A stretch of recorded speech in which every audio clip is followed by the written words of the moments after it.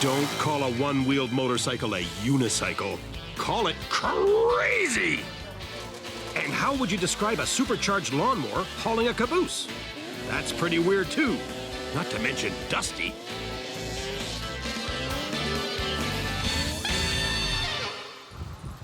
We're mighty curious about why Jeff Fulton's hauling a garden tractor around Nova Scotia's Annapolis Valley.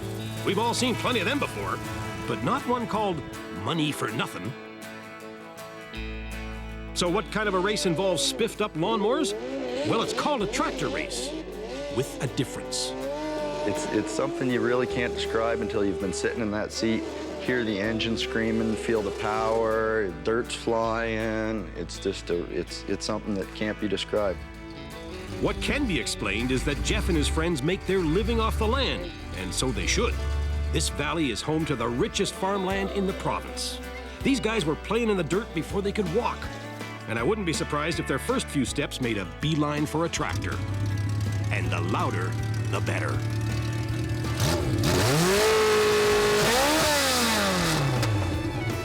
This is a pulling drag. It's essentially a weight transfer machine. The way it works, we have our weighted box here. We got a rear end of a car here. As you start pulling ahead, all the weight is back on the wheels here. As this drag moves ahead, this weight comes ahead onto the pan. The more weight is on the pan, the harder it pulls, and sooner or later, it should stop. It's not how fast you go, it's how far you get before you grind to a halt. All the dust you kick up is just a bonus. So, do these skills come in useful down on the farm? Anyone? Jeff? Robin? Bruce? To be honest, it really doesn't have a whole lot to do with the agricultural industry, but that's kind of a tough question. This sport has everything. It's dangerous, it's dirty, it's noisy, and it's expensive. Right, Jeff? I don't even like to think about it, but probably in the ballpark of $4,000 in this one. But there's lots of guys out there under $1,000. And then there's guys that have spent a lot more than me. There's $10,000 machines out there. And every cent of it's spent on maximizing horsepower. These machines are very unpredictable. When you get into the bigger tractors, they're very unpredictable, in upwards in excess of 1,500 to 2,000 horsepower. You've got a very light machine running very high horsepower, and the driver has got control of the machine, but sometimes he loses it, so there's always the danger aspect to it. Jeff remembers the time he caught a rut that turned him sideways, but the drag just kept on coming. It hit me, as near as I can tell, somewhere's here, spun the tractor around sideways, pushed this tire off the rim, drove my legs off. I ended up with the tractor up on its side with this leg pinned under this side and the drag laying on my side with this leg pinned in here and the drag in against my ribs. And there I sat with about 15 panicking people around trying to get me out of there. Oh, I know everything. Don't drink and drive. Jeff got over the bumps and bruises, but his tractor fever got worse. Today, he's off to compete at a country fair on Prince Edward Island. Let's wave bye-bye to Dad. And wife Samantha? She's resigned to the fact that when it comes to toys, boys will be boys. Everything Jeff does is crazy. So I'm just used to it now. When he comes home with a new idea, I support him because I know he's going to do it regardless. So, and he enjoys it, and I like to see him happy, so. Jeff's pretty happy on this particular day. He's off with the Valley Boys for a weekend meet across Confederation Bridge to the town of Crapo. It's your typical East Coast shindig with maritime events like log rolling and lobster dinners. But sooner or later, the tractors roll onto center stage.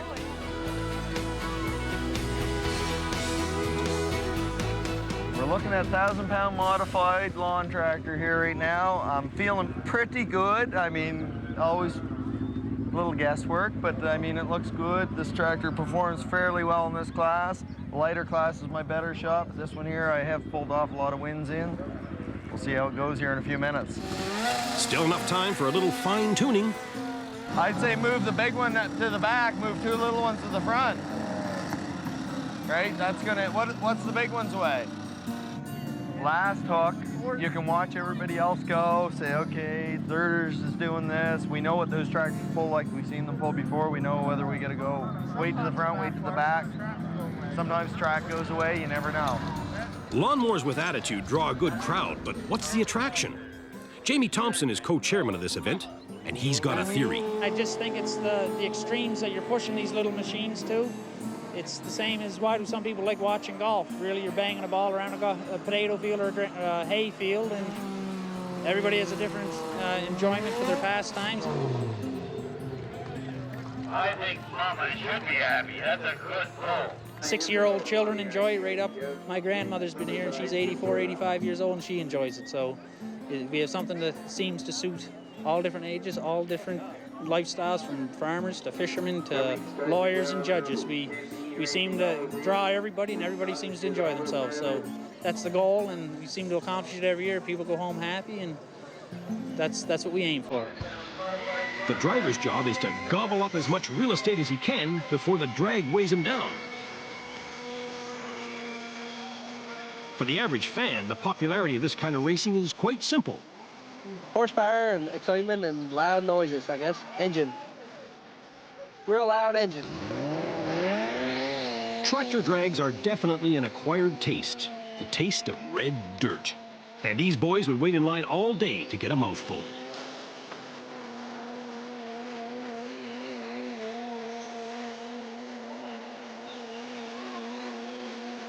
Okay, our next puller in the class is entry number 38.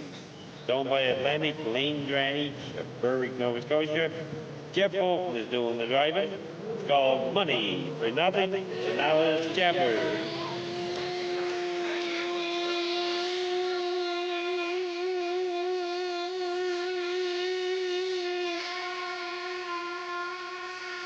Looks like Jeff's coming to a halt just a few feet short of the silverware.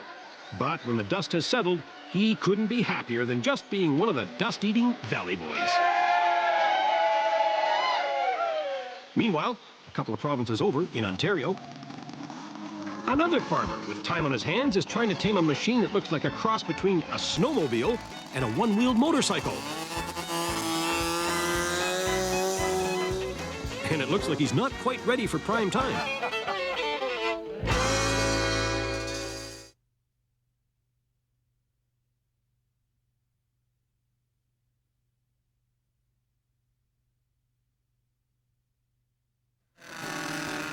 Joe Bedford dreams of racing greatness, and he intends to achieve it on that. A one-wheeled whatchamacallit. Wife Carol says it's gotta be a guy thing. I was there at Don's place when they test drove it for the first time, and there were about 4 or 5 of them, I guess, and just absolutely hysterical laughter, just giggling.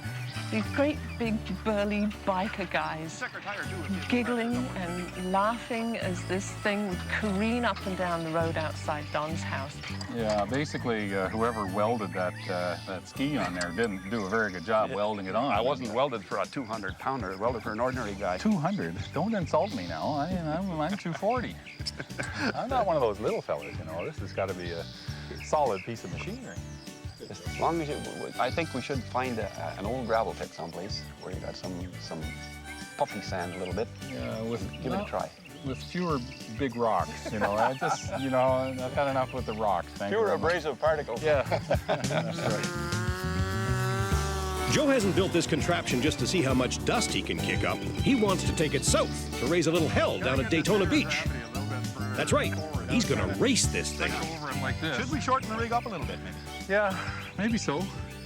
Probably if I lost 50 pounds, too, it'd make a big difference. Well, yeah, I better get on the Stairmaster a little in the next couple of weeks before Daytona, because I'm way out of breath. So I'll do my little ballet dance, and man, I'm ready for Oktoberfest at Daytona Beach. All right, here we go. Bring home the iron.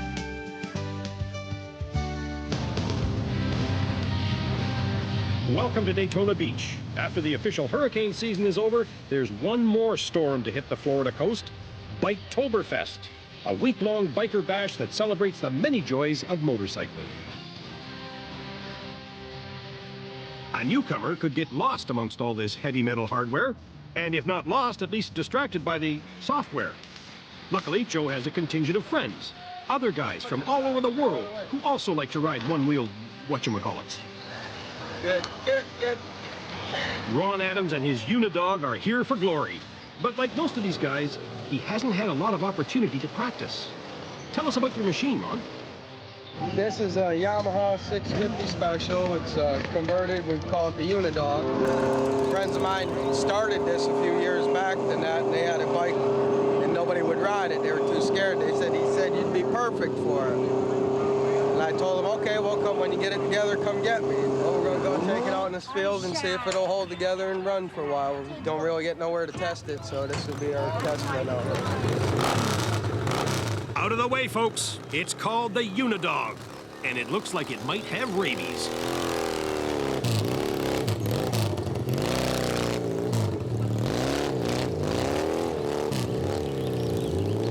While Ron gets a grip on this newest of motorcycle events, let's see what's happening at the heart of Biketoberfest and check out one of the oldest of motorcycle thrills.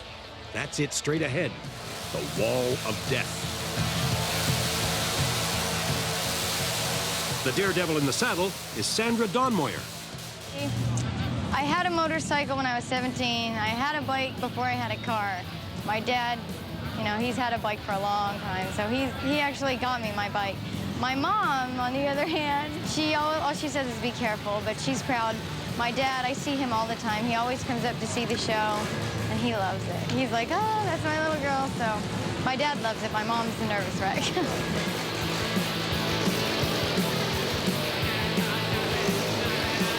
Sandra and her boyfriend, Don Daniels, have been performing this stunt since they met in 1996.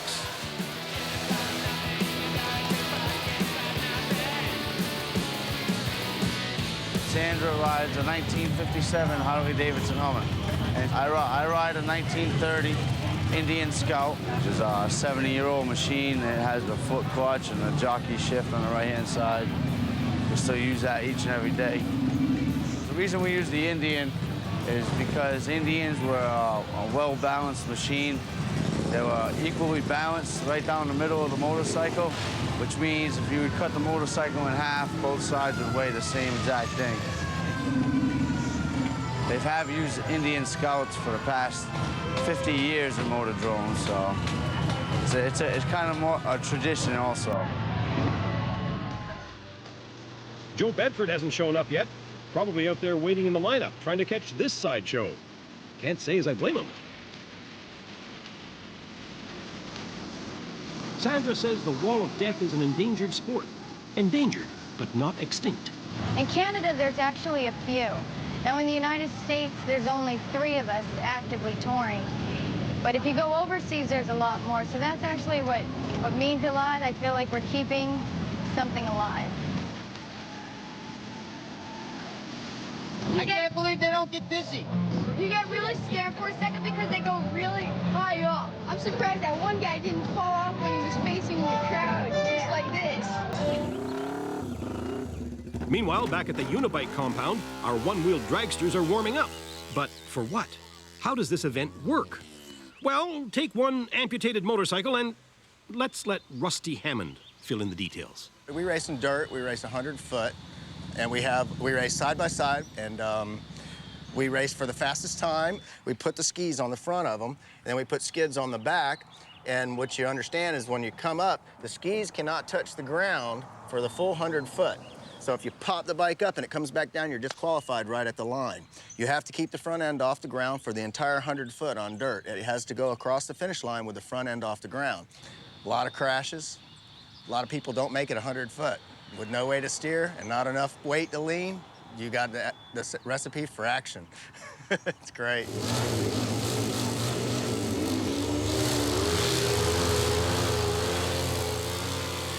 I've seen many guys end up in the hospital, crashing, the front sleds hitting the ground and the bike flipping immediately over. And so, you know, helmets are definitely a mandatory thing for safety precautions. But in the beginning, we never wore helmets. You know, yeah, shorts, no shoes. Who needs a helmet? That was not good. I would like, honey, get your helmet on, please. You know, you have 2 daughters to raise, and we don't want to see your head splattered. And cutting across the South 40, it's Ontario's Joe Bedford, muscling his way towards the starting line. I wonder if he could use some higher octane.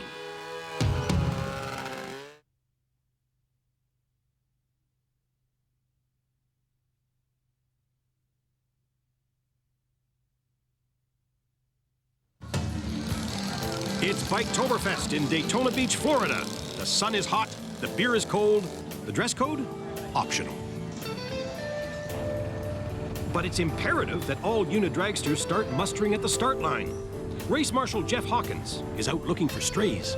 We've been out here about 5 years drag racing, and today actually is going to be a good one. We've got a lot of people, a lot of one-wheel bikes came in. We've even got some from Canada that came down.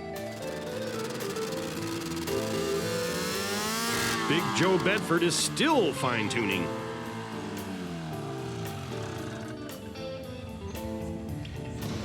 Well, we've had some technical problems this morning, and I think we've finally got them resolved. Had some bad spark plugs. We had corrosion from being parked by the beach for the last week, and I've been pulling on the recoil starter for the last hour and a half, and it's finally going. So I just have to pump up the tire, and I'll be ready to give it a shot.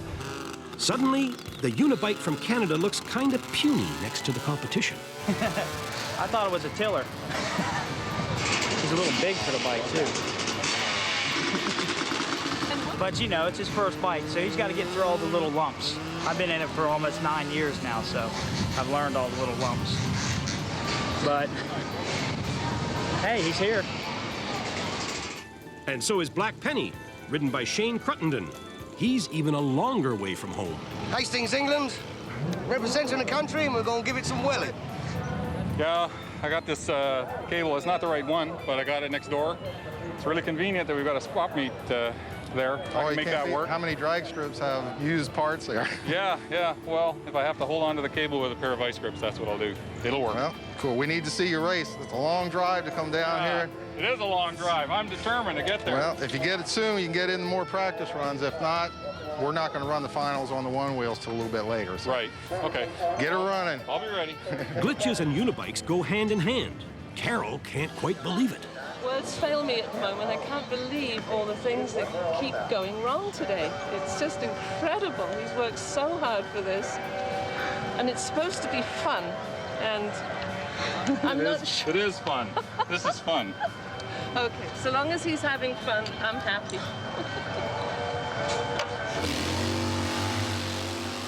There go the last of those boring two-wheel bike races.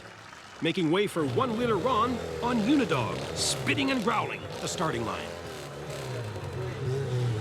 And Shane on Black Penny, ready to give it some welly.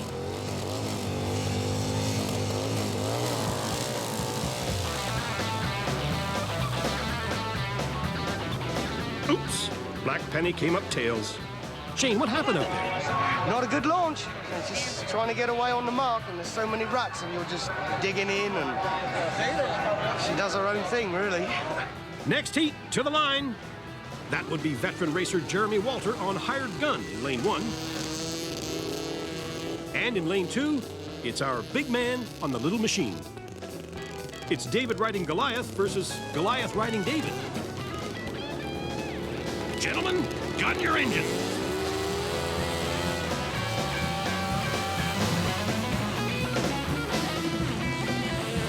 Well, we were anticipating really soft, sandy conditions, but it turns out that the machine dug in a way that I didn't expect. We've got a really fat tire on there, and it bites really well on the sand. But what was happening was that the trailing skis where I stand on were just digging in and loading up with earth, and it turns out my feet were dragging in the dirt, and I was trying to lift them out. And, well, I guess live and learn. Our machine works really well in hard conditions, but not in this really soft stuff. Time for the heat winners to make some repairs. And Rusty Hammond isn't one of them. A practice run finished him off. This is a two-fisted sport, and Rusty's only got one he can count on. If I reach out there and I grab a hold of it, the shoulder will fall right out of socket. There's nothing I can do about it. I don't know. I want to race bad. It's killing me. It's killing me. It's worse, it's more pain watching somebody else race than it is than the shoulder. Rusty's found a substitute rider in Reddy Tompkins. And Reddy's ready. Check him out.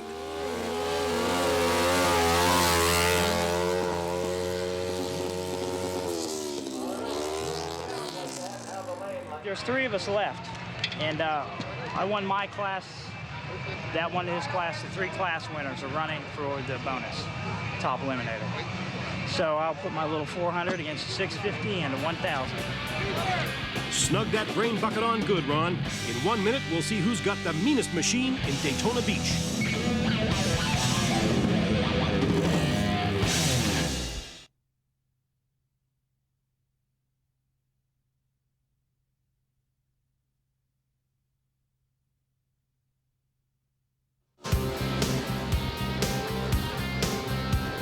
The top 3 cycles are getting set to square off in the final 2 elimination heats. They're off! It's a squeaker, but it looks like Reddy Tompkins takes the checkered flag. By about 3 feet. Final heat is a Reddy Tompkins-Ron Adams matchup.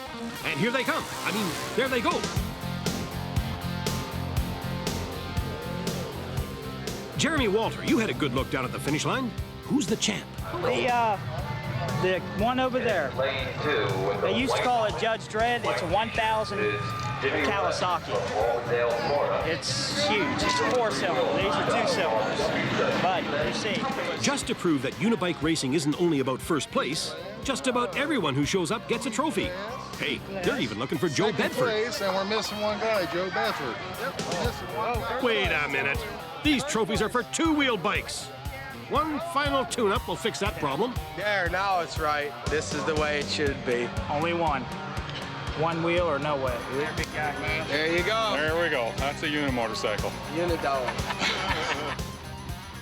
Big Joe Bedford faces a 1,400-mile drive back to Ontario. Plenty of time to reflect on what he's learned, and plenty of time to plot his revenge. Next year, I'll be back. And Jeff Fulton? We're sure he's pulling for you too, Joe.